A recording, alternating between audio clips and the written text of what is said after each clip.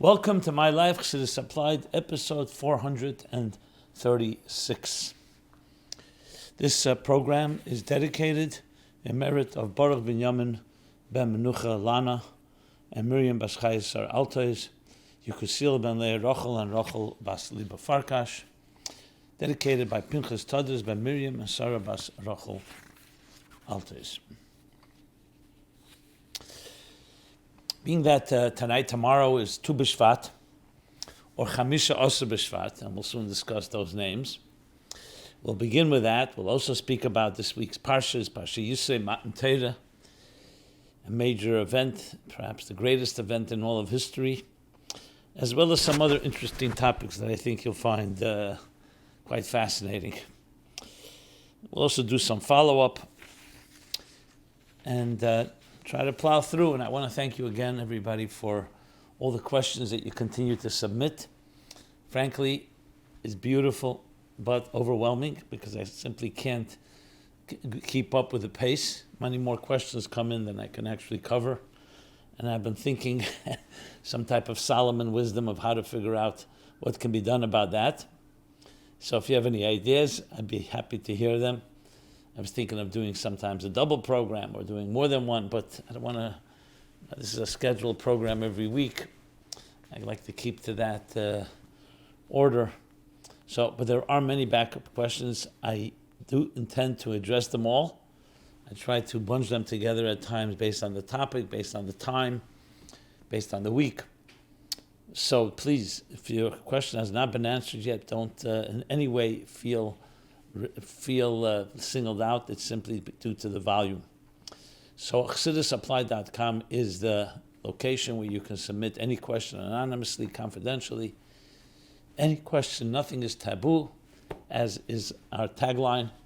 We welcome all questions, and I will try to the best of my ability to answer it according to the Maimorim and the Sichos and the letters and the Yechidus and of Chassidus from all the Rabbeim, especially the Rebbe.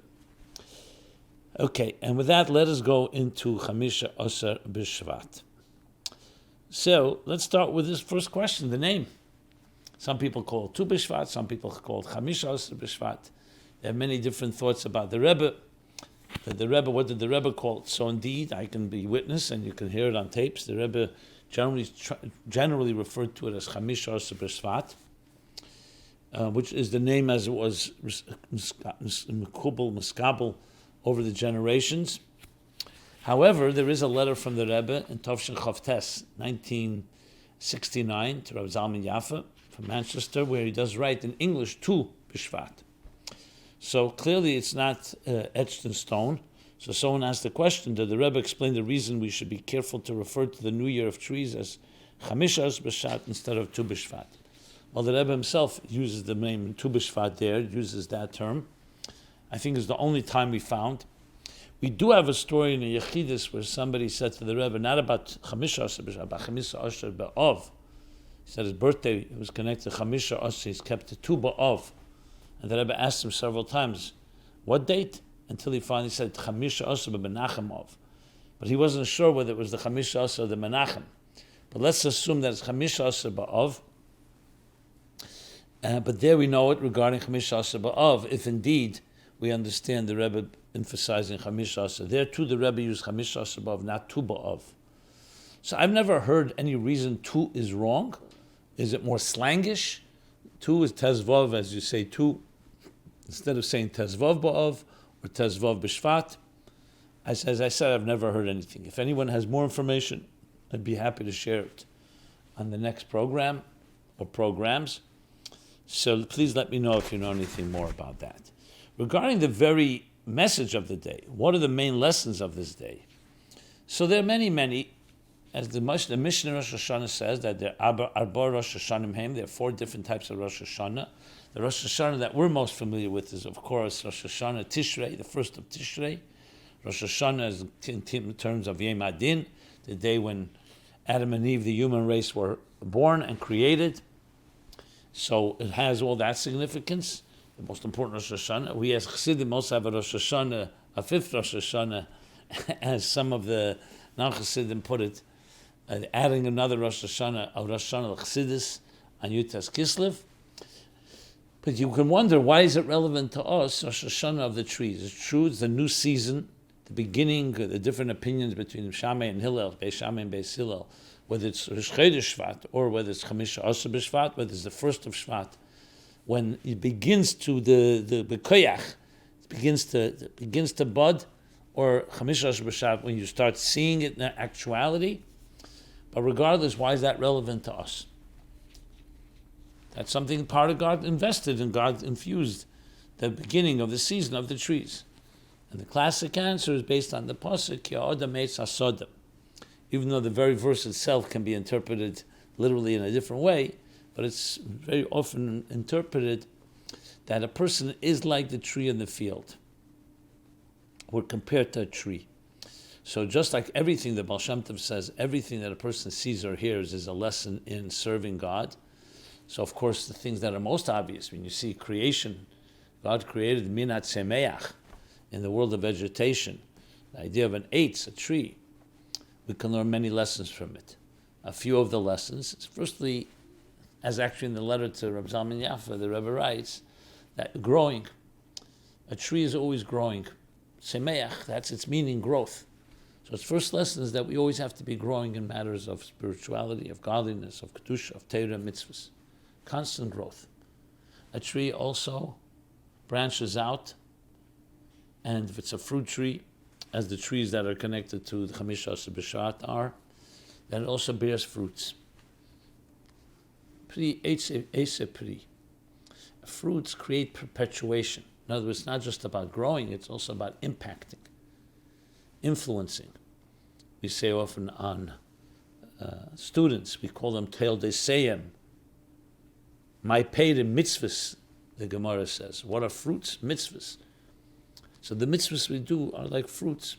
They produce. And peiros, by their very nature, create more peiros ad infinitum. So the point is that a person in their life shouldn't just grow. I shouldn't say it shouldn't just. That itself is a great thing. But growth has to also include influence, inspiration. When you bear fruit, and the fruit will bear fruit. Like Teldes, children will bear children. Your good deeds will bear good deeds. A type of good deed breeding good deeds. A ripple effect, a butterfly effect. That's lesson number 2, growth and fruits. A tree is also made up, as the Rebbe explains in some letters, of a tree trunk. That's the solid foundation. There's the roots beneath the tree, and there's the tree branching out, the leaves and the fruits. So on one hand, the tree needs deep roots. We're always connected to those that came before us. At the same time, it's not just about being connected to the past, it's also blossoming, spreading out, spreading your wings, growing, and bearing fruits. And the deeper the roots, the better the fruits. So a tree grows, as they say, in both directions. At the same time, it grows downward through the roots, which connect themselves to water, to always know where the sustenance comes from. We're connected to Emayim Elatera, which in turn feeds the roots, which in turn feeds and grows the tree. At the same time, we also blossom outward and upward. And many, many other lessons from Chamisha Asar B'Shvat. There are sichas where the Rebbe speaks about the 7 species, the minim, Shiva minim, shenishtabchem behem Eretz Yisrael, that describe the praise of Israel, and how each one of the fruits has its lessons. We did that in previous years, and you can find those archives as well at chassidussupply.com. Find the previous years where we discussed Chamisha Asar B'Shvat. It's also interesting is the 15th of the month, which is the full moon. So even though the trees are connected to the seasons, and seasons are governed and regulated by the sun, but as we know, certain things grow through the moon. And yet at the same time, the moon has another message, the message of full moon, which is on one hand, it's the moon, the recipient, but malchus in Chassidus language, but at the same time, it's completely aglow, reflecting the full sun. So it's the Yichud Shimsha V'Sira, the union of sun and moon, the union of Mashpia Mekabel, which perhaps you can also say is the very essence of what a tree is. It's Mekabel from the roots, and then it's Mashpia. So we need roots to receive from, and then to spread out and bear fruit, and fruit that will continue to perpetuate and perpetually bear fruit is mashpia. And we need both all the time. With that, let us go to Parsha Yisro. This week is also Parsha Yisro, the Parsha Mattan Torah. And it's interesting when you look in Sefer Shmois, what you see is really a very orderly progression that is a direct lesson to each one in our lives. Talk about Chassidus applied. It begins with Golus Mitzrayim. The Jews have come down to Egypt, and Sefer Shmois begins with they are enslaved by the Egyptians. They come out of Mitzrayim, Yitzias Mitzrayim, the first major event. They become a nation. They're the birth of a nation, and a nation that would be indestructible. As the Maral says now, they assumed freedom, achieved freedom, that they no longer can be enslaved, not physically and not spiritually, not psychologically or emotionally. Avodi atam v'le avodim la'avodim. You are my servants, God's servants, ambassadors of God, not the servants of other men or of man-made things. That's followed by the parting of the sea, which in turn is followed by last week's Parsha, followed by Yisro, Parsha Yisro, Mattan Torah. The mandate that God gives, the life operator's manual, the blueprint to the Jewish people now, by which they shall illuminate and transform the world. And then, in the next chapters, till the conclusion of this book of Exodus, of Shmois. And as I was pointed out, Exodus is like the name of the Ramban for the Sefer. Sefer HaGeula, book of redemption, is about the Mishkan, the building of a sanctuary, which is essentially consummating that which happened at Mattan Torah, to actually turn it into a physical sanctuary in this world, where God resides. And this Mishkan would become the basis of the mitzvah of building a Beis HaMikdash, later the first temple, the second temple, and ultimately the third temple, which will be the permanent one, and the permanent presence of God in this world, like we just learned Basilagani, connection with Shevat, right in the beginning, V'shachanti b'secha. Basilagani doesn't say Lagan, it doesn't say Lignuni, Lagani, Lignuni, to my bridal chamber. Why? Because Yem Chasanos is Mattan Torah. Mattan Torah is a chasana between heaven and earth, between God and the people, and the Mishkan is the place where they join together. A word yud, meaning intimacy, a connection. The bridal chamber. And from there it extends to the rest of the world. So in a sense, the progression is a very straightforward one when you think about it, when you apply it to our lives. But one, the first thing is you have to get out of all your limitations and constraints. Mitzrayim, from the word Mitzarim v'gvulim. Everybody has their different inhibitions and fears and insecurities and traumas and pollutants that distract us, to put it mildly, sometimes much worse than that. And if you don't get out of your Mitzrayim, your internal blockages, whatever it is that's blocking you, it's very hard to expand yourself and become the best person you can be and to fulfill your calling in this world, because you're so occupied with fighting darkness and fighting your demons. So Yitzias Mitzrayim is the first step. You have to get out of your Mitzrayim in every form of it, whether it's the decadence of Erves Ha'aretz that a person may be involved in, or whatever form of constraint, of narrowness. The word again, Mitzarim, constraints, limits, the things that block us from really being, again, growing and expanding ourselves and spreading your wings. That's the first step. The next step is Mattan Torah. The truth is, I should mention Kriyas Yamsuf, which, as Chassidus explains, is the bridge between water and land, bridging our superconscious with our conscious, our thoughts and our speech. So we start creating a bridge. But you can't create a bridge if you don't first get rid of the limitations that are blocking you. A person who's cowering in fear, and that doesn't mean necessarily in a very literal sense, but emotionally, is afraid, is emotionally lives in an insecurity, doesn't feel trust, doesn't feel nurturing and love, doesn't feel validated, it's going to be very difficult for them to bridge their inner and their outer. So Kriyas Yamsuf is bridging. But then the real bridge happens at Mattan Torah. As the Medrash tells us, cited in Chassidus and the Rebbe very often, that before Mattan Torah there was a gzeira, literally a decree and also a schism.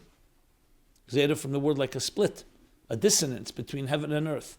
That which was above didn't come down below. That which was below did not go up above. Meaning, spirit and matter did not really join. Only temporarily, but not in the fullest sense of the word. To integrate and transform material world that a chefza, the mundane world, can become a chefza shel kedusha, which means saturated with holiness, a holy object. And not just holiness travels through it, but it becomes holy, sanctified. That's what Mattan Torah accomplished. The bitl hagzera of elyenim yordu lemato and tachtenim yalu l'maylo. Vayered Hashem al har Sinai, God came down on Sinai and Moses went up. And that's the significance. God had to come down. God is molei kol haaretz kvedei, fills all of existence. But the principle here is coming down, but more than that, that godliness can penetrate and permeate existence. As it was in the beginning of creation, but then due to the chatoim, the transgressions, the dissonance that they created, the divine was concealed until Avram reversed the process. And Moshe, the seventh generation, concluded it first with Mattan Torah, and then comes step number 3. I'm counting Kriyas Yamsuf together with Yetzias Mitzrayim. Step number 3 is actually taking gold, silver, copper, vayichli truma, kesev, zov, and necheshes, silver, gold, copper, and all the other materials, and building a temple, building a sanctuary, building v'asli migdash for what? V'shachanti b'seicham. So what was empowered to us by Mattan Torah is consummated in the Mishkan. And b'shachanti b'seicham, not just in the structure, b'tseich kol echad v'achas, within the heart and soul and spirit and psyche of every individual. And that's the seamless connection. That's the purpose of existence. So in Sefer Shmos, you actually have laid out the blueprint. Get out of your inhibitions, your fears, your blocks. Receive the mandate that connects heaven and earth, that gives us the power to connect heaven and earth, and then connect heaven and earth. V'shechanti b'seicham. And the rest is commentary, so to speak. What does that mean? Not that the rest is commentary. Obviously, Chumash still continues, Sefer Vayikra, Bamidbar Dvarim. But what's Sefer Vayikra?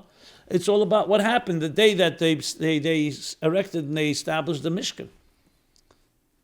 All the service. And until Parsha Ba'aleischa, it continues all that, the whole book of Vayikra, till Ba'aleischa, is all about what happened in that Rosh Chodesh Nisan, that period in time when, and the days that followed, that they established and they dedicated the temple and all the laws of the Karbonos, which is from the word Kiruv. As he explains in Basiligani, the Karbonos is to get close to and connect and integrate again existence with the divine. And then the journey continues in Ba'aleischa as they continue through the wilderness to the promised land, and it concludes at the end of Bamidbar, and Dvarim is a review of everything. So really the story of life is in Sefer Shmos, and the rest obviously elaborates on the details of it. But as they traveled through the wilderness, what was their centerpiece? Was the Mishkan. Every place they came to, they established the Mishkan and served in it. And that led their way. The Aron led them, by Ibn Seir Aron led their way through this dark wilderness, which is again the lesson to us, that once you have these 3 things, Yetzias Mitzrayim and Elam Maseh, these are the journeys Asher Yatzu Mitzrayim, because Mitzrayim is a permanent thing. It's a perpetual thing. We're always going out of those limitations. And we have the Torah going along with us, which is in the Aron, and Moshe leading the way, and establishing the Mishkan that can allow us to transform the wilderness of existence into a divine home. That's the story. But it's these 3 events. So in Parsha Yisro comes event number 2, which is Mattan Torah. That's the first lesson we can learn from it. Chassidus asked the question, Zoya asked the question, why is it in Parsha Yisro? And the name of the chapter, you would think the central event is Mattan Torah. Yisro seems to be a secondary. Vayishma Yisro, Yisro heard about it, so he came. And it's true that he gave Moshe advice, and he's Moshe's father-in-law.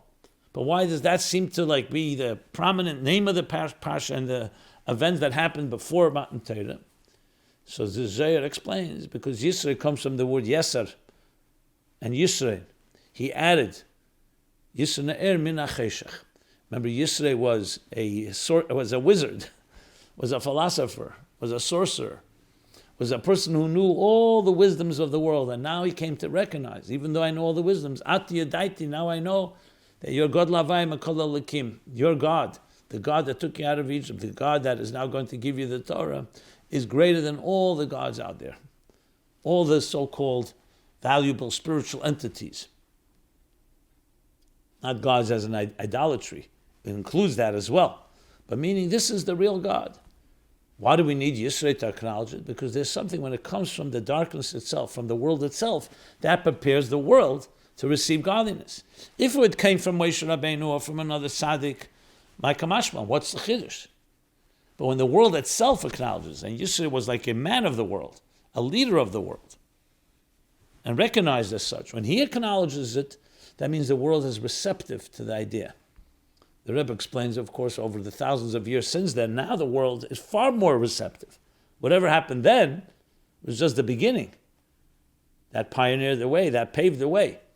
But today, after all the years of the billions of good deeds and mitzvahs done, and the political and philosophical and psychological changes in the entire world, I'm talking about the whole secular world, receptive to the very concept of bringing the divine within existence. As the Rambam writes about Christianity and Islam, that in God's mysterious ways they help pave the way to Mashiach by bringing this message to the farthest corners of the earth, to the islands, he says there, and to other places that would never have been reached. So the lesson is very clear to us, and Yisro's role in this as well. With that, let me go to some questions that were asked about this Pasha Yisro in this context. I should add one more thing before I continue. It's also interesting, Yisro always comes following Yud Shvat. Yud Shvat is usually in Pasha Boy or B'Shalach, as it was last week. And Yisro follows that, which is so central, of course, to the whole purpose. If you read Bas Legani, the central theme, as we discussed last week, is exactly this: bringing godliness down to this earth, especially in the seventh generation. So the themes of Yisro himself, leading to Mattan Torah, and of course, as it plays itself out today, that when we take the world, and the world itself acknowledges, whether it's through technology or through other means, through political thinking, the ideas of freedom, civil rights, all ideas that come from the Torah, that all men are created equal, that all human beings are created in the divine image, and then building a Mishkan based on that, which of course follows in the coming chapters. This is the central theme of Yud Shvat. So, with that, let's go to some of the questions that were asked regarding Yisro. What were some of the innovative ideas that Yisro introduced? And why did we need Yisro? Couldn't Moshe and Aaron come up with good ideas on their own? So I answered the question partially without going into specifics. The first thing that Yisro contributed that no one else could contribute was the Yisro Ne'er Min HaCheshach. It's similar to what the Gemara says about Avadja. The Gemara asks Avadja, the prophet, the greatest prophecies about Mashiach are in Avadja, even more than Yeshaya and Yirmiyahu and Yecheskel and other places. Avadja was a ger. So the Gemara asks, why Dafka Avadja? So it says precisely because he was a ger. He came from Edom, from Esav. And the Gemara uses the classic example, Meneu be'aba lishde be'narga. To cut down the tree, you need the wood from the tree, which is the handle of the axe. You want to transform something? To really transform it, it can't be from a force outside of it. It has to come from within. Then it's truly acknowledged. That's what we call Ishapcha. Chassidus talks about different levels of it, that even Ishapcha can also be from a force outside and ultimately transforms. Like the sweetening of waters. You can bring in sweet waters and it sweetens the bitter waters. But the greatest is when the bitter itself becomes sweet. Hamtakas HaGvuras B'Sharshan is an expression, elaborated upon in the third volume of Ayin Beis at length. Ein Oid, he explains. When it comes from within the darkness itself, the distress itself leads you to the Helam Ha'atzmi, to the deepest levels of the divine. That's beyond revelation altogether. Interestingly, that piece, the Rebbe actually, even before we had Ayin Beis Chelik Gimel, in a letter to Rab Nissen, the Rebbe has a whole biur, and it's printed in the Hisofis of Chelik Vav, Likutei Sichos, volume 6. He quotes that piece from Ayin Beis. So the idea of transformation from within is exactly the story of Yisro. And that's where Vadia Ager came from Edom, from Esav. That's the ultimate transformation. Same thing with Yisro. So that's the general contribution that came from Yisro. As far as his practical suggestions, we all know the suggestion in this week's chapter. When you see Moshe standing all day and night with thousands of Jews coming to him for advice, for counsel, for study, for whatever it is they needed, he suggested to Moshe delegation, the idea of delegating. Asari alofim, asari meyes, asari asaris. In other words, delegate, create a hierarchy. People should go first to a scholar that is relatively closer to them. I have a lot of scholars like that. That if they can answer, then you go to someone on a higher level, and all the way to Moshe if there was no one else. The obvious question is, nobody could have come up with such an idea. Doesn't it make total sense? But remember, Moshe Kibbel Torah Sinai. He was chosen by God to be the one that received the Torah and to give it to the people. So he felt on his own that he has to do this to the best of his ability. Since God did not command him to delegate, he didn't think he could. Even though I'm sure the common sense, logical idea came to him. But it was Yisro that came to it, and that's when Hashem agrees. Again, Yisro. Because Yisro saw something that no one else saw. From the outside, so to speak, from the Cheshach, he's able to see that if you really want to permeate, if you really want to impact the people to the best, is delegate. Teach people to be teachers. The concept of Shalev Asel Me'eleh. Teach your student to be a teacher, to stand on his own feet, to rise on his own. And when it comes to Yisro, he's coming from so-called from the world, it changes the whole picture. So that would be the innovation, the innovative idea. Were there other ideas that he came up with? I'm sure there are, but that's enough for our discussion here. Did the Rebbe ever say that his motivation for sending shluchim all over the world was based on Yisro's advice to Moshe Rabbeinu to delegate responsibilities by training people to do a lot of the work so he could have more time to concentrate on the more important issues? Or someone else put it, did the Rebbe ever attribute the idea of sending shluchim all over the world to Yisro's advice to Moshe to delegate? I don't recall the Rebbe saying it explicitly. I may be wrong. He may have said it in the context of shlichus and the lesson that we learn from it. I'm just not recalling that. Again, it means only simply, lo shamayte ein arai. It doesn't mean that's not there. If anybody does remember such a sikha, or somewhere the Rebbe does refer to it, but it does make total sense. The difference is, in the case of Moshe, you're talking about Rabbonim, Sanhedrin, Bezdin, and so on. But the concept is similar, a type of decentralization.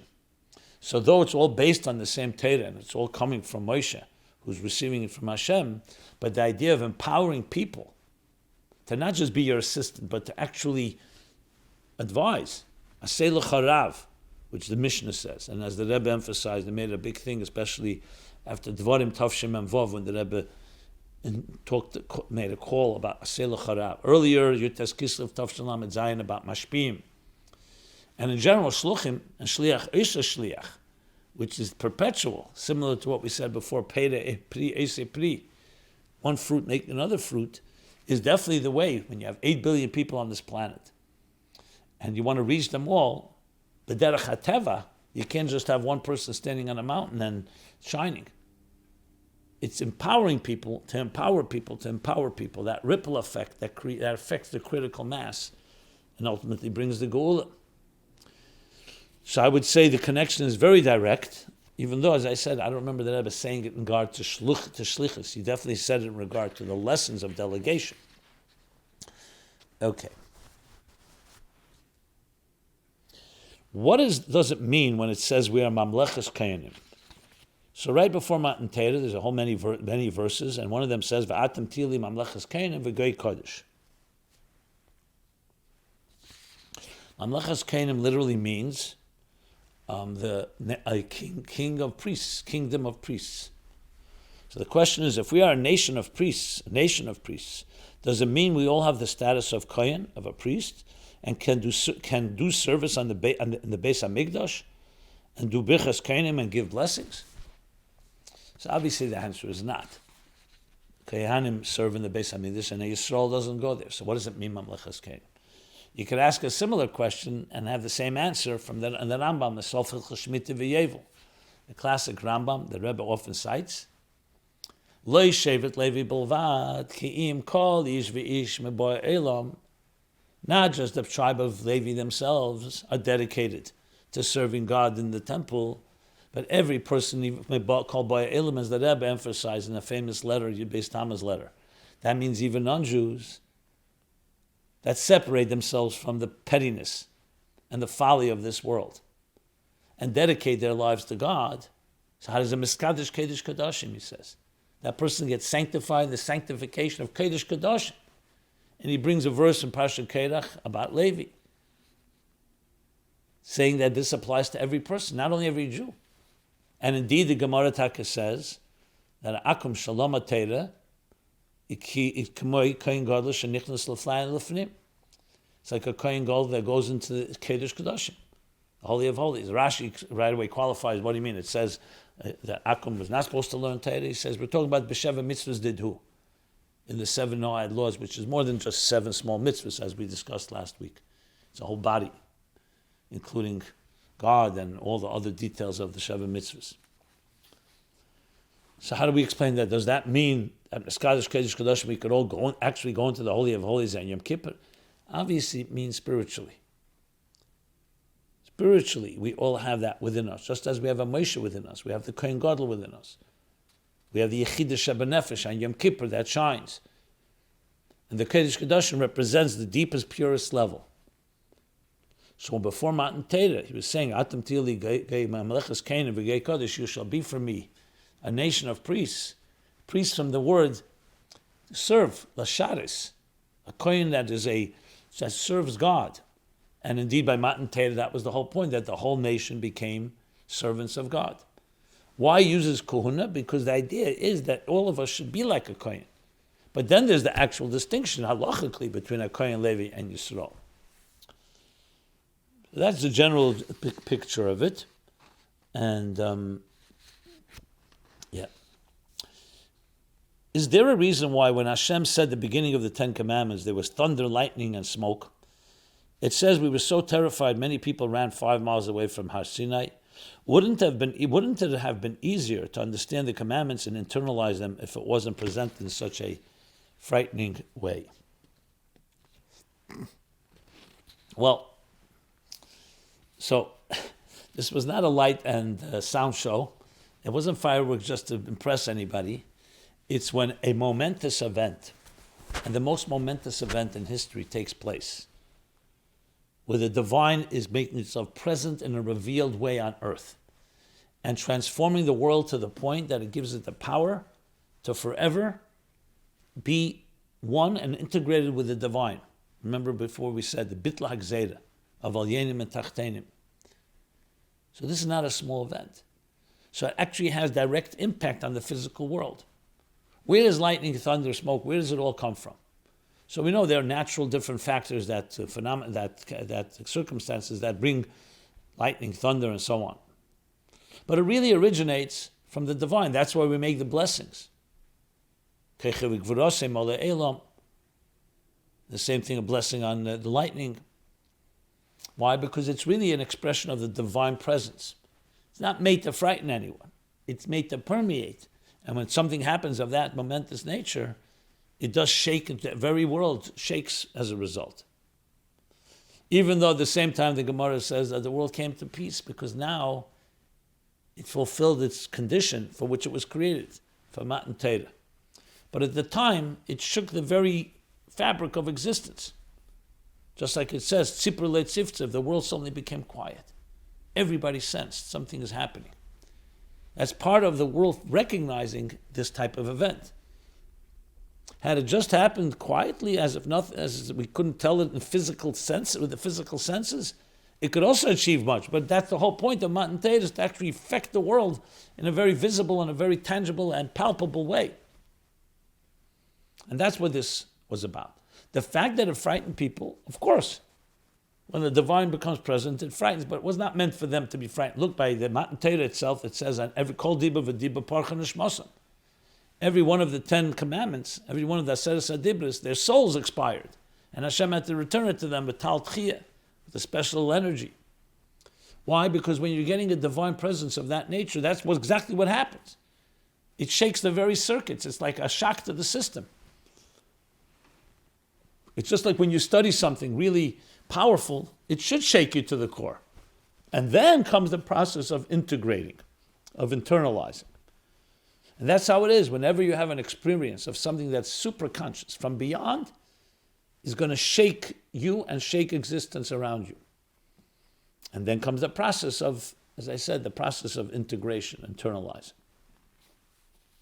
Indeed, by Yom Kippur, it says, because all this fanfare and all these fireworks did create an ayin hara, because that's the downside that it can create. So Hashem said by Yom Kippur, this time let's do it quietly.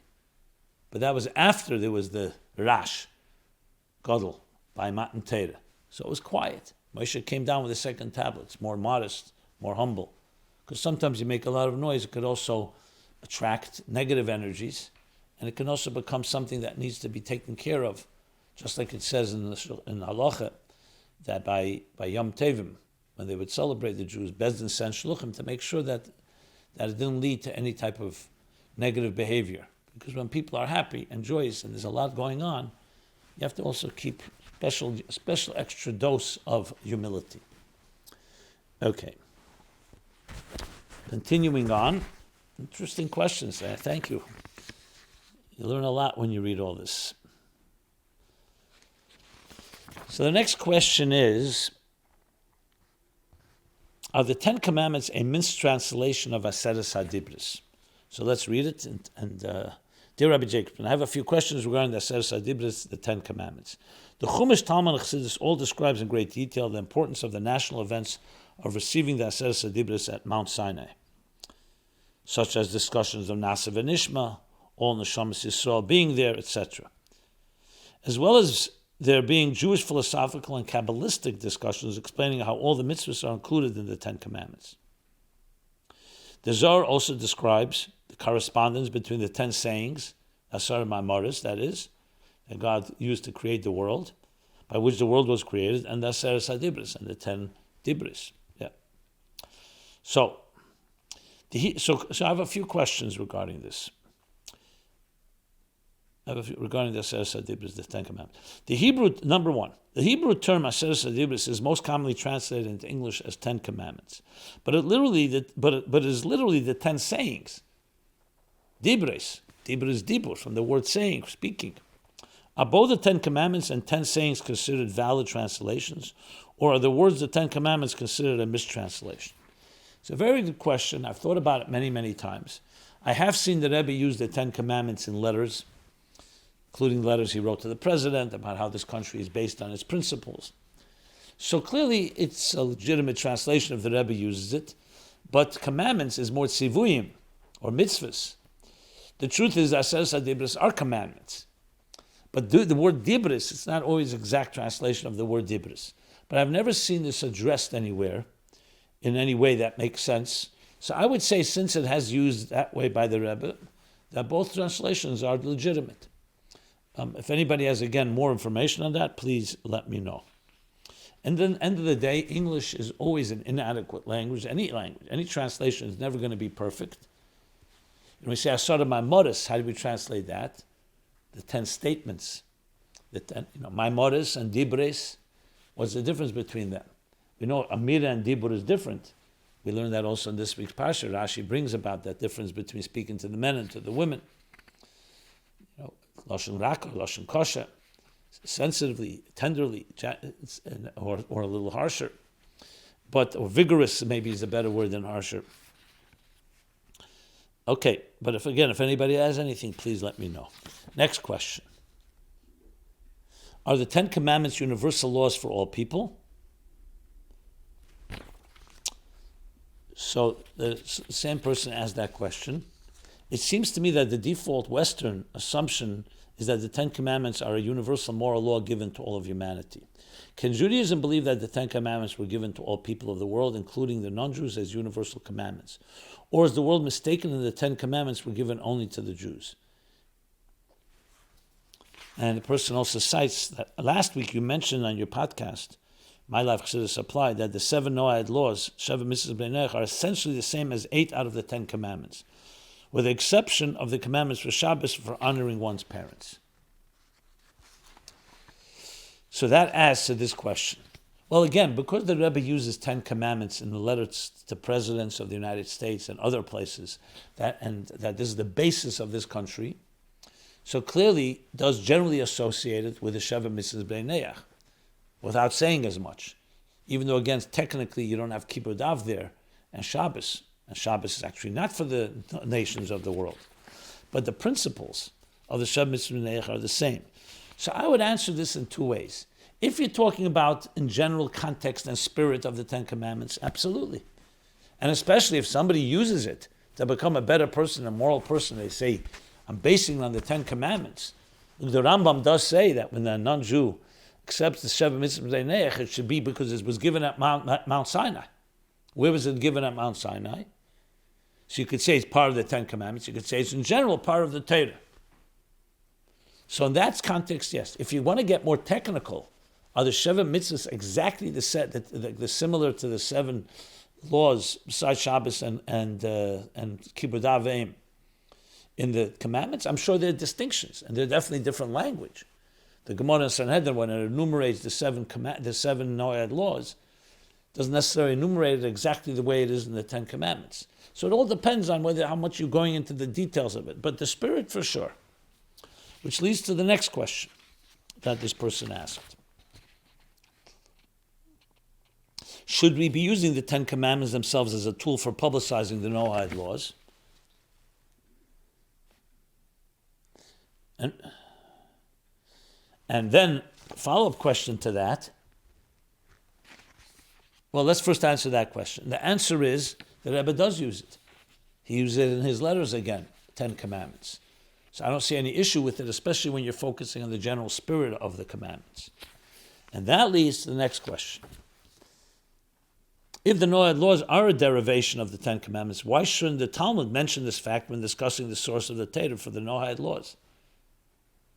Indeed, in Sanhedrin doesn't use the 10 Commandments. It uses a verse in the beginning of Bereshis.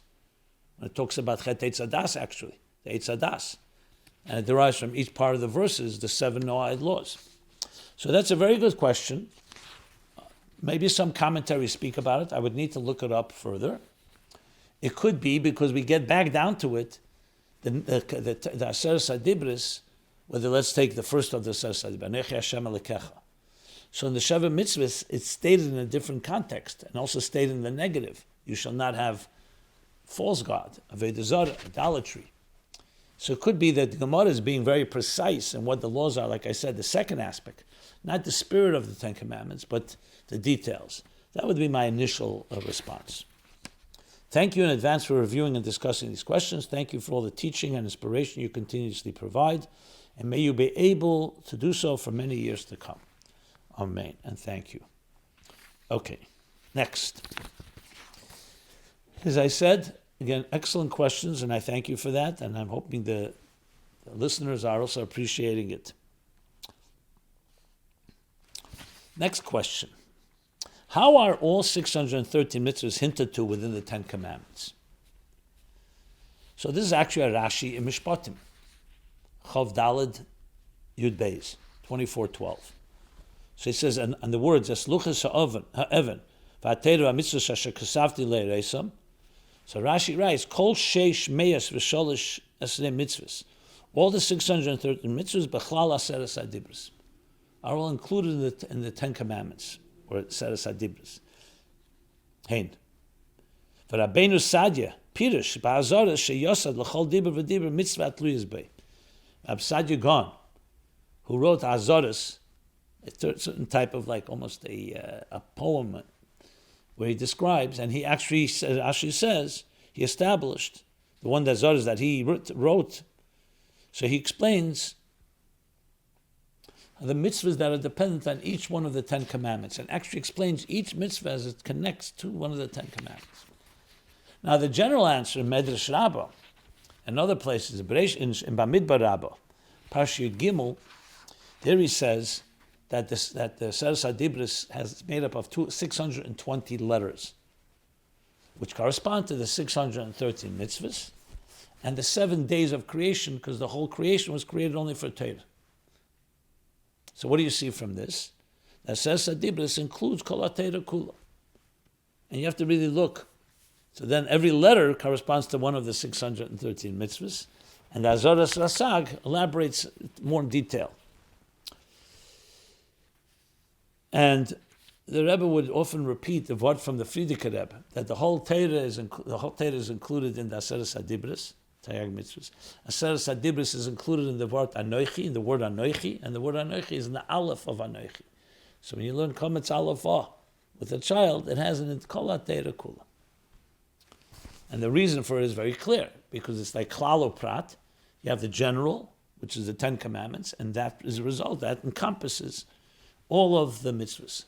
Similar to what the Alter Rebbe brings, that Avos Hashem, Yiras Hashem, is the Klal, Yesod.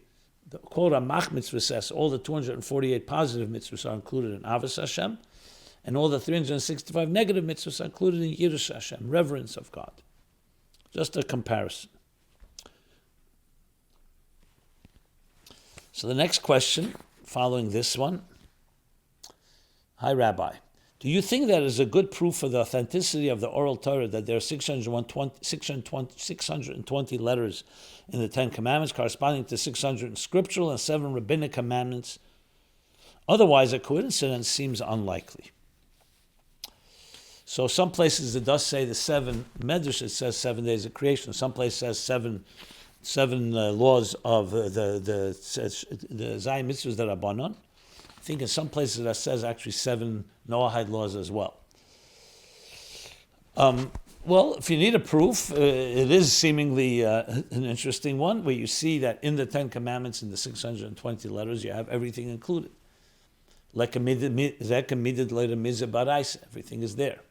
But there are other places you can also see this, where it says, where the Torah B'Pirushim, in the Rambam's words, that the Pirush is necessary, and it has to be included in the written Torah itself, because you can't understand the written Torah without the oral Torah. But that's an interesting point. Okay. And one final question about the Aseres HaDibros. Why is coveting a neighbor's property considered such a big sin that it made it into the 10 Commandments? Is it ever possible that coveting or being jealous of someone can lead to goal setting and personal growth? And if so, is it still a sin in that case? Kinna Sofrim Tar B'Chachma. I'm adding. Kinna Sofrim means, among scholars, when there's competition, when there's a certain healthy envy, it actually spurs them on, motivates them. For example, if I'm jealous of my neighbor buying a new car, instead of just giving him dirty looks, I use it as a catalyst to take some classes so I learn more skills and get a promotion at work with a raise, so I can also afford a new car. Okay, but that depends how you use the car. Just to get a new car is not necessarily the key. The key is, if it's kinna sofrim tar b'chacham in kedusha, that learning from someone, being motivated by them, and adds you to add and Torah mitzvahs and be closer to God, absolutely. That's not the 10 Commandment. The 10 Commandment, Leis Achmed, is talking, the one about coveting, is talking about one of the worst qualities a person could have.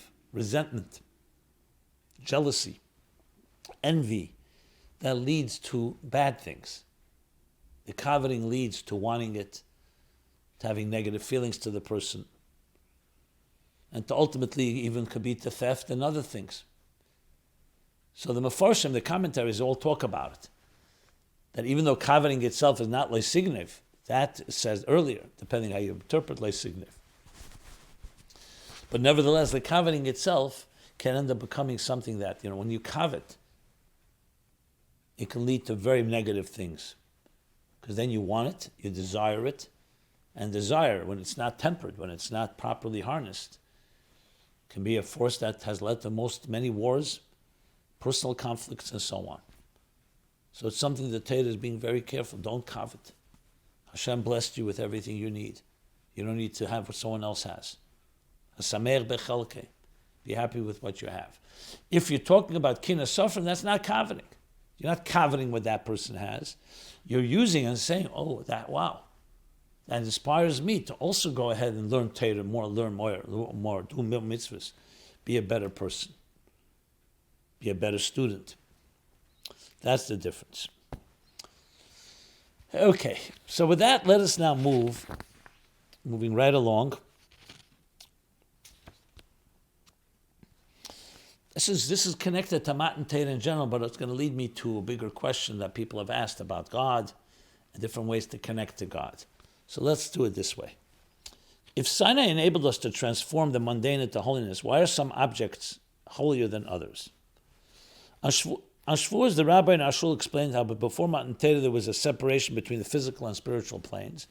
We discussed that before for Medrash.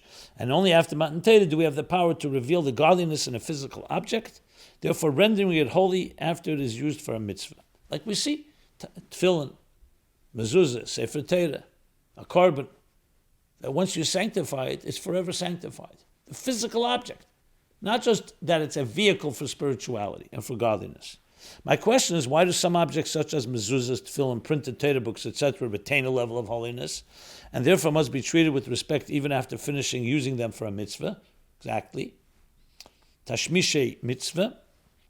But other physical objects such as a lulav, esrog, parts of a sukkah, etc. don't seem to retain holiness. And you could include also tzitzis and tefillin and talis, and can be thrown in the garbage after use. Someone else wrote how come some objects retain holiness after using them for a mitzvah such as tefillin, but other objects don't retain holiness? Yeah. Okay. So Chassidus itself talks about this in Sharia Eira. The Rebbe actually has a footnote, I believe in Tafshin Tes, the Rebbe's notes, he brings it, that there's different ways and levels of how godliness and Kedusha permeates existence. And there's a reason for that. Remember, the purpose is that Did the Rebbe, to make a home for the divine in the lowest of worlds.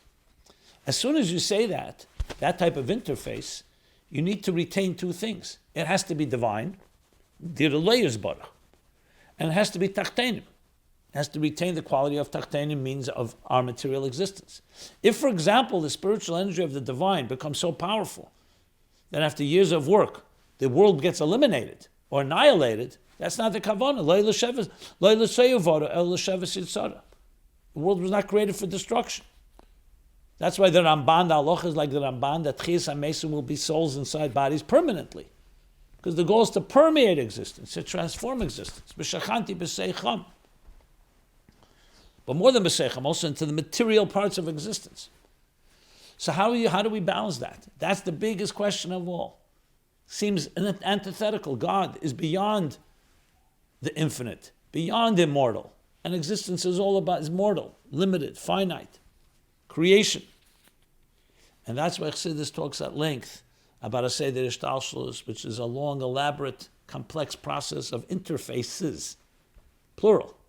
Because each level, think of a student, a beginner student, a little child, only knows Aleph. And yet you start teaching them and they grow and they expand their channels and they expand their containers and they begin to understand more, to the point that 40 years later, you can understand Did the Rebbe and even higher, as Chassidus explains. So initially we needed that tzimtzum, because without the tzimtzum, the divine light would completely blow all the circuits and not allow existence to be. Ein Ein Sof before the tzimtzum. So the tzimtzum conceals, but then comes a narrow kav, a thin line of consciousness, like a laser beam, spoon-feeding the child, spoon-feeding existence. Now that you have an independent consciousness, now it can begin to assimilate and absorb and integrate godliness. As we grow and develop, beginning from subjective little children, immature, mutva, murgish, muskel, we grow.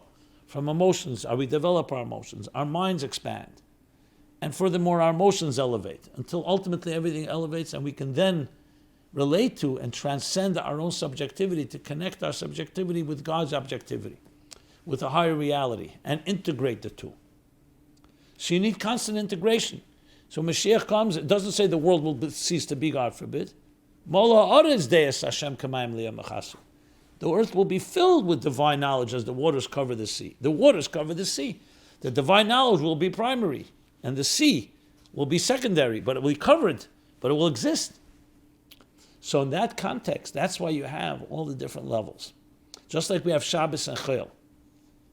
The Shabbos is where you have more divine, more holiness, and you still have material things. We eat, we drink, and other physical things that we do. In the weekday, the focus is more on the mundane, but you're sanctifying Chulin al Taras HaKodesh. Also, Kol Masechel L'Shem Shemayim Chol Derechecha De'eu. So there are mitzvahs, literal mitzvahs, that are God's commandments, that actually sanctify existence in different levels, as we'll speak about in a moment. And there are things that are Divrei Chayil. They remain Chayil. They remain Rishus. But they're done L'Shem Shemayim. Why? Why do you need all the levels? Because you want things that reflect mostly divine and just on a secondary, the physical. Some things you want more physical, but it's completely permeated with the divine. So it depends on whose terms you're talking about. Some things are in divine terms and less physical. Some things are more physical and not less divine, but less revealed divine. And that's why in Mitzvos itself you have things that completely transform, like Stam, Sefer Torah, Tefillin, Mezuzahs, that transform forever the object. Some things don't transform. Tashmisha Gedusha. And you could throw it out, which means while you used it, it was holy, but it's also part of existence. So Tachtenim is preserved. This idea is explained in many different places. Why sometimes you need the oir that's higher than the keli, sometimes you need the oir in the keli, sometimes you need the focuses on the keli, and the oir is so-called absorbed within the keli. And these are the different levels that we have. That's why you have Kodesh and Kodesh HaKadoshim, the Eser Kedesh is saying 10 levels of Kedusha. And even when Mashiach comes, when all the world, it says Eretz Yisrael will spread to the entire earth, and Yerushalayim will spread to all of Israel, and Yerushalayim itself will be more like the Beis HaMikdash, and the Beis HaMikdash will reach a higher level of Kedusha. So it's a constant, you meet the Shabbos b'Shabbat, it says. So you'll have a Shabbos within the Shabbos. The weekdays will elevate, but then Shabbos will elevate even more. So you'll have kulim yedu AC, it says, but the miktanim v'agdelim will also have structure, from small to large, from small to big. Even though kulim yedu AC, everyone will know AC atzmus. So atzmus will permeate all of existence, but the structure of existence will not be eliminated, will not be annihilated. It will be integrated. And structure includes some things that are Shabbosdik, some things that are chayil, sometimes Yom Tov, chayil hamoyed. All examples of different levels of how much the Kedusha permeates. So you have both Tachtenim and you have both Diralei Yisbarach. Okay. So with that comes the next question.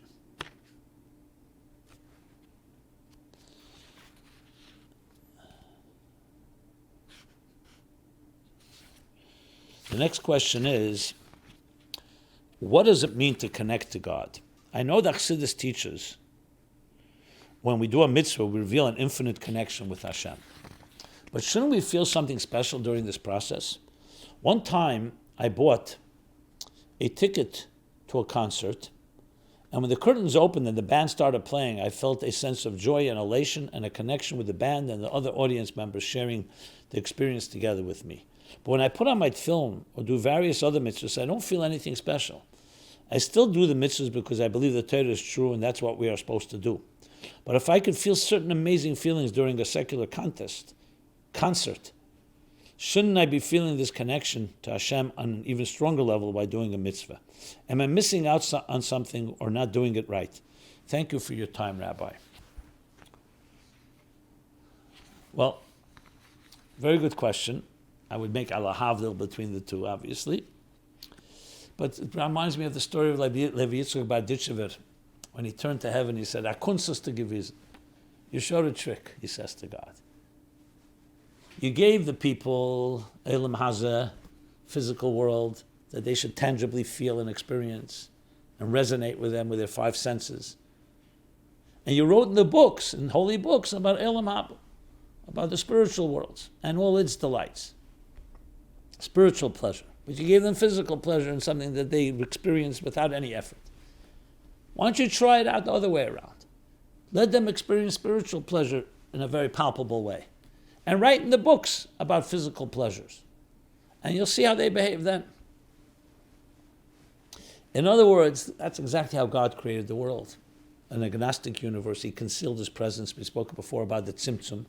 He wanted tachtenim, and in tachtenim, initially, we have to feel that the physical first.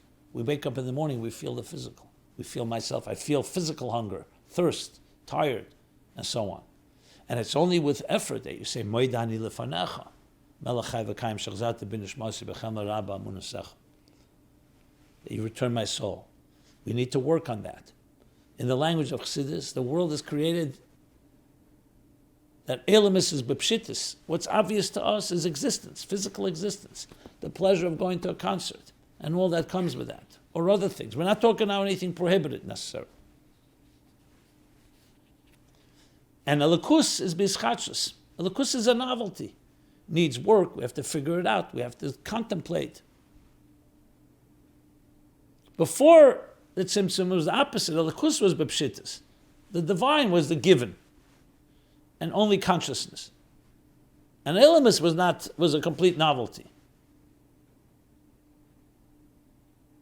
I believe the story with the Baal Shem Tov, that the Malachim after the day after Simchas Torah, they saw in Gan Eden, they saw all these soles and heels of shoes. They didn't know what it was till he told them this is from Dobre Misl and this is from Vitebsk, this dancing of the Jews in Simchas Torah. Because for Malachim, the whole thing is a novelty. It's strange. That's Malachim, let alone Erein Yisrael before the Tzimtzum.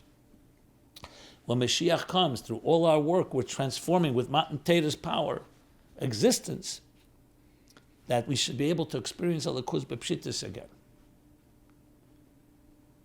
So the example you give, Mepsoriach Zelaka, is a good example. That Mittel Rebbe writes at the beginning of Kuntres Hispailos that his father's Kolmag Moshe, his whole desire and objective was that we should have pleasure in Ruchnias as much as we have pleasure in Gashmis.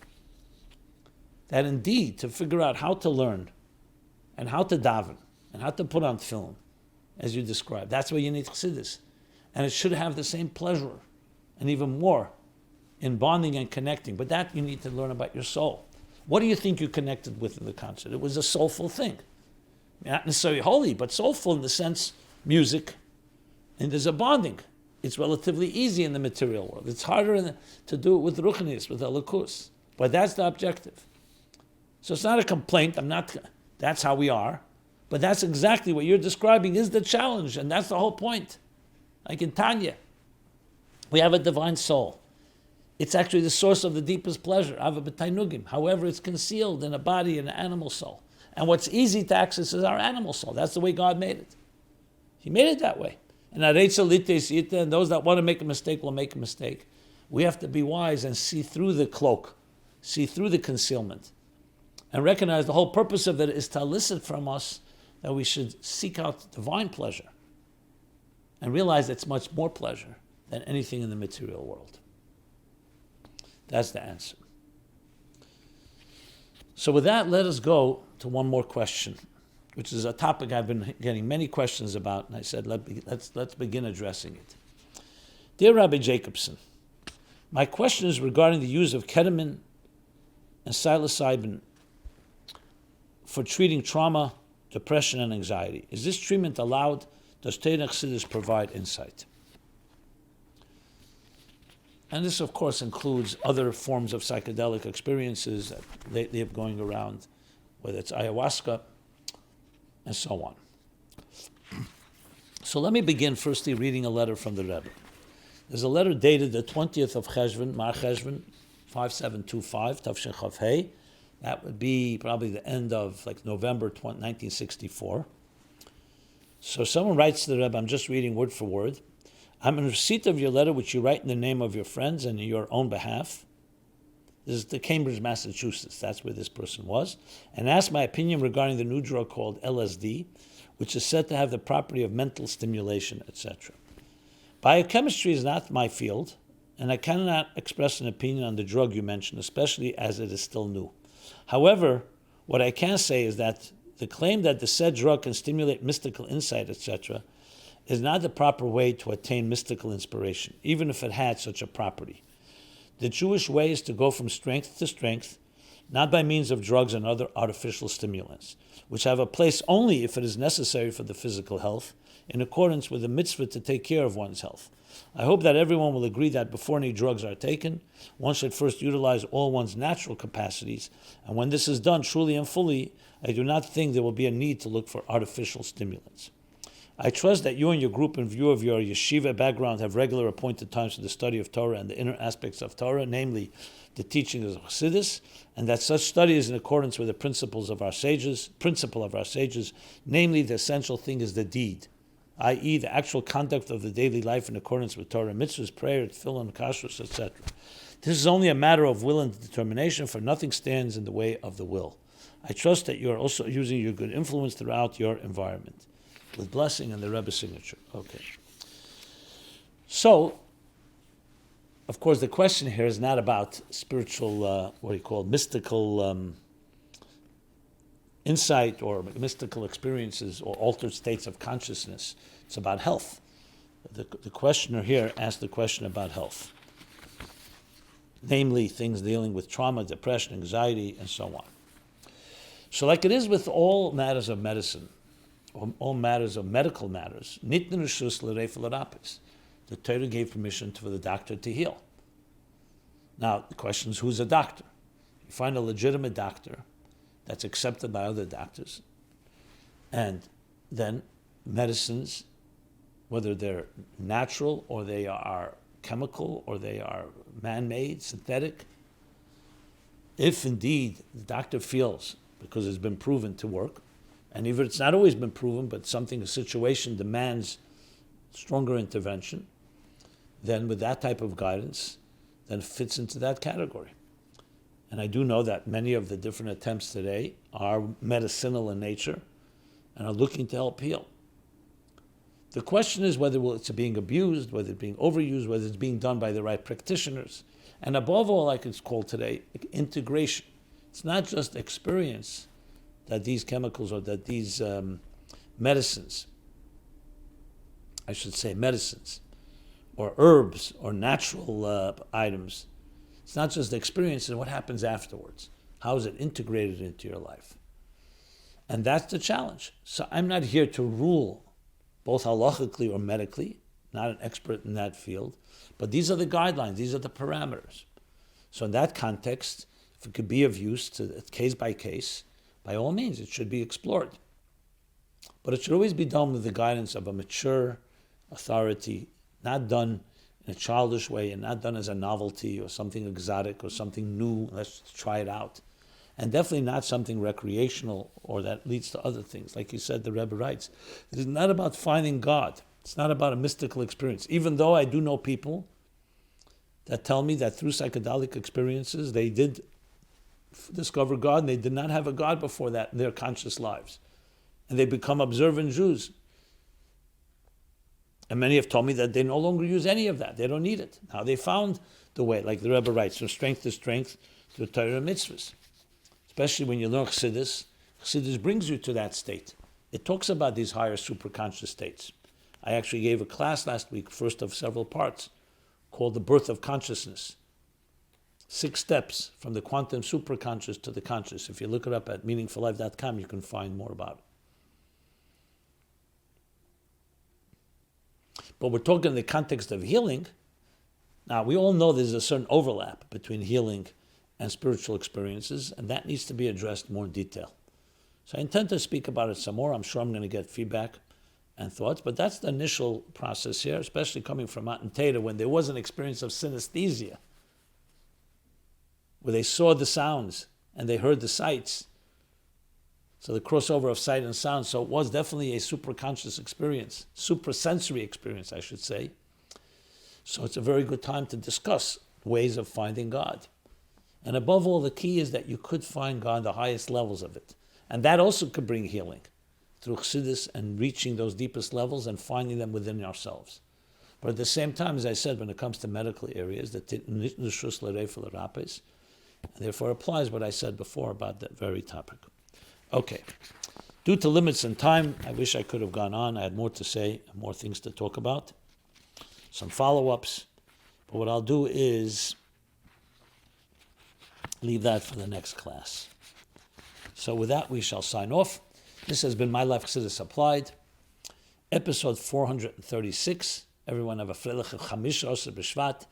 Grow and blossom, bear fruit, perpetuate, affect everyone around you with the light of the divine, permeated within the material existence, using the blueprint of Torah and the connections of the Mitzvos. Be well and call Tuv every Sunday, 8 to 9 p.m. is Chassidus applied. Thank you. This program is brought to you by My Life, Chassidus Applied. Please help us continue our programs. Make even a small contribution at chassidusapply.com/donate.